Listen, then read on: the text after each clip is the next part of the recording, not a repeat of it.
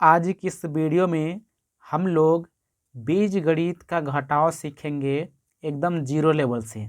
नमस्कार दोस्तों, आज की इस वीडियो में मैं आप लोग का स्वागत करता हूं। आज की इस वीडियो में आप लोग पूरा देखिएगा।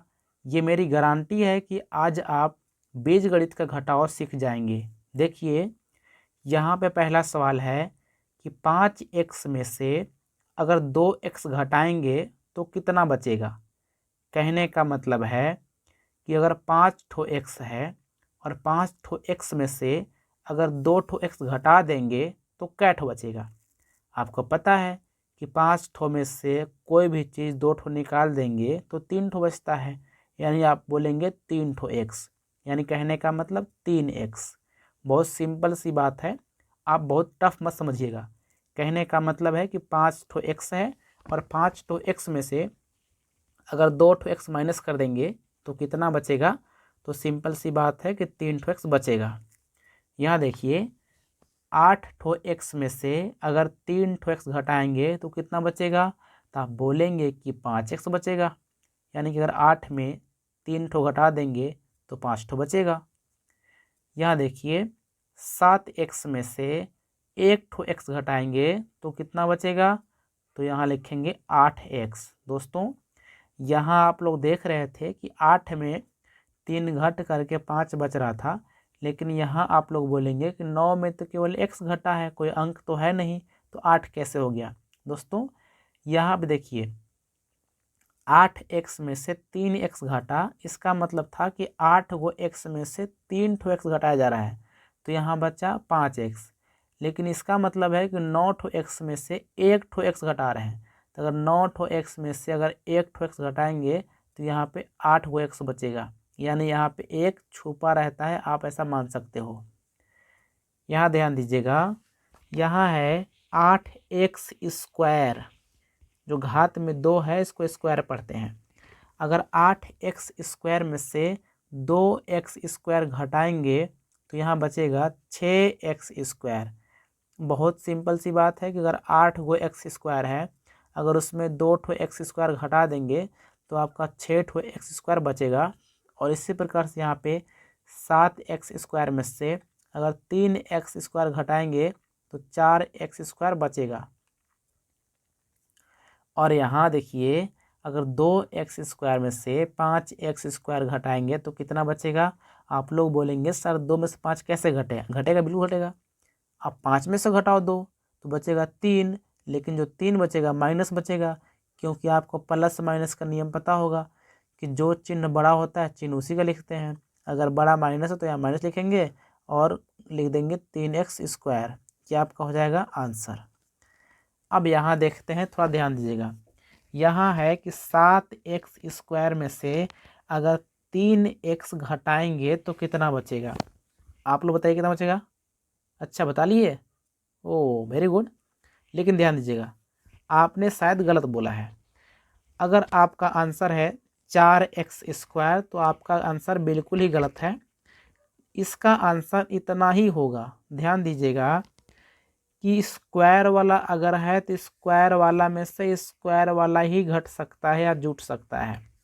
स्क्वायर वाला में से एक्स वाला नहीं घट सकता है, यह नियम है दोस्तों।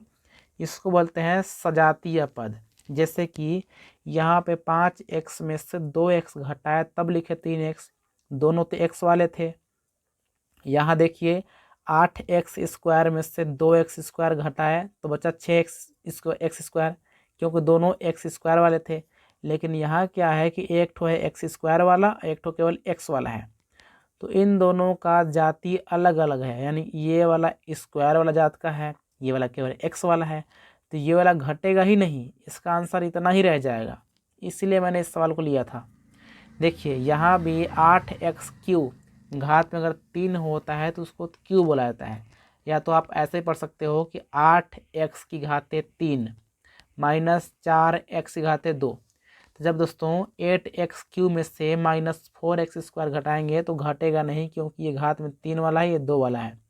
अगर 3 वाला है तो 3 वाला घात में से 3 वाला घात को ही घटा सकते हैं, 2 वाले को नहीं घटा सकते। तो ये आपका यही आंसर हो जाएगा। और ये देखिए, 8x² में से अगर 7 घटाएंगे तो नहीं घटेगा, क्योंकि x² अगर इसमें लगा होता तो घटता, लेकिन अगर x² नहीं लगा है तो इसका आंसर इतना ही रहेगा। आई होप कि आपको सारी बातें कंफर्म हो चुकी है। अब देखते हैं कुछ सवाल इस प्रकार के भी होते हैं, जैसे बोलता है कि इसमें से इसको घटाइए, यानी कि इसमें से इसको घटाइए। तो इस तरह का सवाल में क्या करना है आपको कि आपको लिखना है 4x² माइनस का 8x माइनस का 3, और घटाना है तो घटाओ का चिन्ह लगाएंगे और इसको लिख लेंगे ब्रैकेट में, कुछ इस प्रकार से। अब दोस्तों जब ब्रैकेट खोलते हैं तो सिस्टम ये है दोस्तों, थोड़ा ध्यान दीजिएगा कि अगर ये वाला प्लस में है तो बाहर हो जाएगा माइनस में, और ये वाला है माइनस में तो हो जाएगा प्लस में, और ये वाला है माइनस में तो हो जाएगा प्लस में। यानी कि कोष्टक से पहले माइनस होता है, तो जब कोष्टक को खोलते हैं तो प्लस का माइनस, माइनस का प्लस और प्लस का माइनस हो जाता है दोस्तों।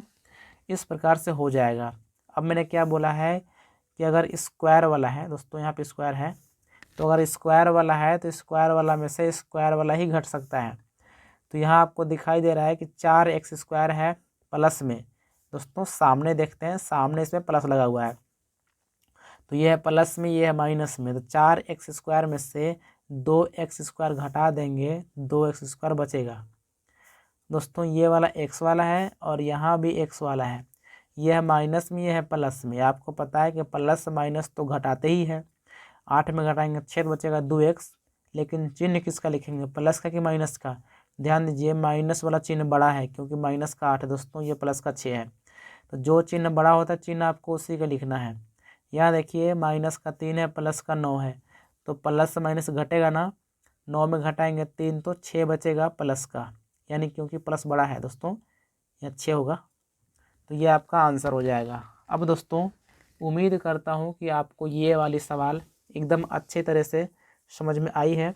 अगर आपको समझ में आई है तो यहाँ आपके लिए एक लास्ट क्वेश्चन जो कि आपको यहाँ दिखाई दे रहा होगा, इसको आप लोग सॉल्व कीजिए और इसका कितना आंसर आता है कमेंट में बताइएगा, मैं आपका रिप्लाई करूँगा। तो दोस्तों उम्मीद है कि आपको ये वाली वीडियो पसंद आई है। अगर पसंद आई हो तो इस वीडियो को प्लीज़ लाइक कीजिए, चैनल को सब्सक्राइब करके बेल आइकन प्रेस कीजिए। मिलते हैं किसी और वीडियो में, तब तक नमस्कार, जय हिंद।